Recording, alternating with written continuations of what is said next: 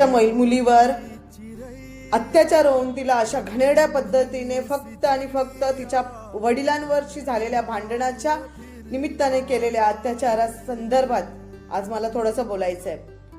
प्रत्येक वेळेस आंदोलनं केली जात आहेत, आक्रोश केला जातोय, मोर्चा काढला जातोय. सर, मी हे आज हा व्हिडिओ उपमुख्यमंत्री, मुख्यमंत्री आणि संपूर्ण न्यायव्यवस्था यांना आज कळकळून विनंती करण्यासाठी बनवत आहे. संपूर्ण महाराष्ट्राच्या लेकींच्या वतीने मला आज बोलायची इच्छा झाली आहे. सर, सगळं काही करतोय पण आम्हा सर्वसामान्यांच्या हातात फक्त बोलणं किंवा आंदोलनं करणं इतकंच आहे.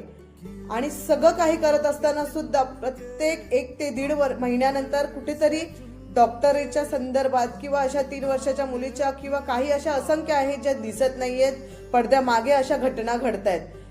आज शिवरायांची आठवण झाली की राजा पाटलाला अत्याचाराविरुद्ध शिवरायांनी जसं हातपाय कापून काळकोठडीमध्ये टाकल्यानंतर संपूर्ण साम्राज्य हादरून गेलं होतं.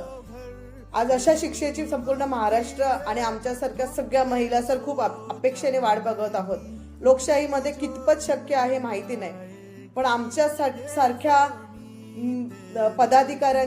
पदाधिकाऱ्यांचं किंवा महाराष्ट्रामध्ये सर्वसामान्यांचा आवाज फक्त आम्ही तुमच्यापर्यंत पोहोचू शकतो किंवा आंदोलनं करू शकतो जे आतापर्यंत केलेत. पण तरी सुद्धा हे वारंवार घडत आहे. सर, हात जोडून एकच विनंती आहे, अशी शिक्षा कराल की जेणेकरून ती ऐकताना सुद्धा कापरं भरावं आणि ह्या सगळ्या घटनांना कुठेतरी आळा बसवता येईल. इतकी निष्ठुर आणि त्वरित आमची महाराष्ट्राच्या वतीने, संपूर्ण लेकींच्या वतीने मी सर आपणास विनंती करते.